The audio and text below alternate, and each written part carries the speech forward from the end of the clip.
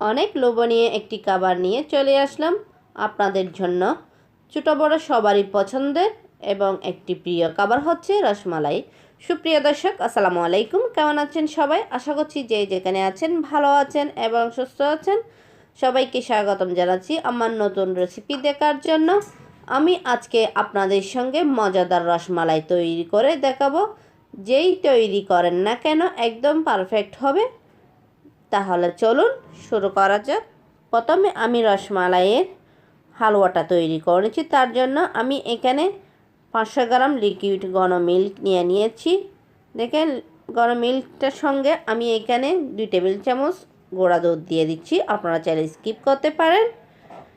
এখন গুঁড়া দুধটা আমি মিল্কের সঙ্গে ভালো করে একটু মিক্স করে নিচ্ছি। মিক্স করে নেওয়া হয়ে গেছে। আমি এখানে 1 টেবিল চামচ ঘি দিয়ে দিচ্ছি। এখানে কিন্তু অয়েল দিলে হবে না, ঘিটাই ব্যবহার করতে হবে। আজকে আমি আপনাদেরকে গুঁড়া দুধ বা ছানা দিয়ে রসমালাই তৈরি করে দেখাবো না, শুধুমাত্র সুজি দিয়ে রসমালাইটা তৈরি করে দেখাচ্ছি। আমি এখানে 1/4 কাপ চিনি দিয়ে দিচ্ছি। মিষ্টিটা আপনারা আপনাদের ইচ্ছে অনুযায়ী দিতে পারেন, বাড়িয়ে বা কমিয়ে। আমি ভালো করে নেড়ে ছেড়ে এই দুধটা জাল করে নিচ্ছি। দেখেন, মিষ্টিটাকে ব্যালেন্স করার জন্য আমি সামান্য করে লবণ দিয়ে দিয়েছি। আমি 1/2 টিস্পুনের চেয়ে একটু কম এলাচের গুঁড়া দিয়ে দিয়েছি।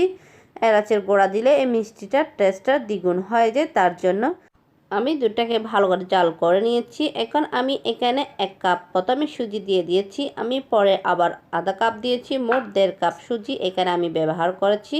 দেখেন, সুজিটা দেওয়ার পর আমি ভালো করে জাল করে নিয়েছি, নেড়ে ছেড়ে। দেখেন, রসমালাইয়ের জন্য সুজির হালুয়াটা রেডি হয়ে গেছে। যখন দেখবেন সুজিটা ফ্রাই প্যানের গা ছেড়ে এভাবে উঠে আসবে, তখন বুঝে নিতে হবে এই হালুয়াটা হয়ে গেছে। এখানে এই হালুয়াটা আমি একটা প্লেটে ঢেলে নিয়েছি, ঢেলে ঠান্ডা করে নিয়েছি। এখন আমি সুজি থেকে রসমালাইটা তৈরি করে নিচ্ছি। আশা করছি আজকের রেসিপিটা আপনাদের কাছে ভালো লাগবে। ভালো লাগলে প্লিজ আমার চ্যানেলটা সাবস্ক্রাইব করে পাশে থাকার বেল আইকনটি প্রেস করে রাখবেন, আমাকে সাপোর্ট করবেন। দেখেন, আমি একটা মিষ্টি তৈরি করে নিয়েছি। এইভাবে কিন্তু সবগুলা মিষ্টি আমি তৈরি করে নিয়েছি। আজকে কিন্তু এই রসমালাইটা তৈরি করার সময় আমি কোনো রকমের ছানা ব্যবহার করি নাই। আমি ছানার জায়গায় কিন্তু সুজি ব্যবহার করেছি।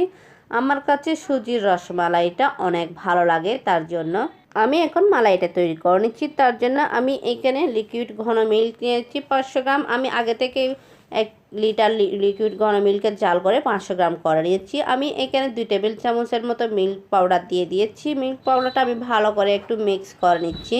মিল্ক পাউডারটা ভালো করে মিক্স করে নিয়েছি। আমি এখানে 2 টেবিল চামচ চিনি অ্যাড করেছি। আপনারা আপনাদের ইচ্ছে অনুযায়ী মিষ্টিটা ব্যবহার করতে পারেন। আমি মিষ্টিটাকে ব্যালেন্স করার জন্য সামান্য করে লবণ দিয়ে দিয়েছি। আমি সামান্য করে জাফরং দিয়ে দিচ্ছি। দেখেন, আমি আবারও ভালো করে নেড়ে ছেড়ে ঝাল করে নিচ্ছি একটু। এই দুধটাকে ঝাল করে ঘন করে নিতে হবে আরও। আমি সামান্য করে এলাচের গুঁড়া দিয়ে দিয়েছি। দেওয়ার পর আমি ভালো করে নেড়ে ছেড়ে একটু জাল করে নিচ্ছি। আশা করছি আজকের রেসিপিটা আপনাদের কাছে ভালো লাগবে। ভালো লাগলে লাইক, কমেন্ট এবং বেশি করে শেয়ার করবেন। দেখেন, জাল করা হয়ে গেছে। আমি যে মিষ্টিগুলো তৈরি করে রেখেছিলাম সুজি দিয়ে, সেগুলো এখানে দিয়ে দিয়েছি। সরি, সেটা স্কিপ হয়ে গেছে। মিষ্টিটা দেওয়ার পর আমি 2 থেকে 3 মিনিট জাল করে নিয়েছি। দেখেন, মিষ্টিটা হয়ে গেছে। এখন আগের থেকে একটু বড় হয়ে গেছে এই মিষ্টিটা। এই সুজির রসমালাইটা কিন্তু একদম রেডি হয়ে গেছে। আমি এখন ঠান্ডা করে নিয়েছি। এখন কিন্তু পরিবেশনের পালা। আমি আপনাদেরকে পরিবেশন করে দেখাচ্ছি। দেখেন, দেখতে কত লোভনীয় হয়েছে এই সুজির রসমালাইটা। যদি আপনারা বাসায় ট্রাই না করেন তাহলে বুঝতেই পারবেন না এই সুজির রসমালাইটা খেতে কতটা টেস্টি। আশা করছি একবার হলো বাসায় ট্রাই করবেন। আর আপনাদের কাছে কেমন লেগেছে অবশ্যই কমেন্ট করে জানাবেন।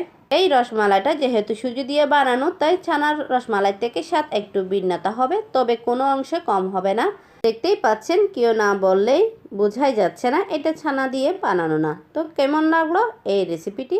আজকের রেসিপিটা আমি খুব সহজভাবে তৈরি করে দেখিয়েছি, তাই না? আমার বিশ্বাস আপনারা এটা একবার হলো বাসায় ট্রাই করবেন।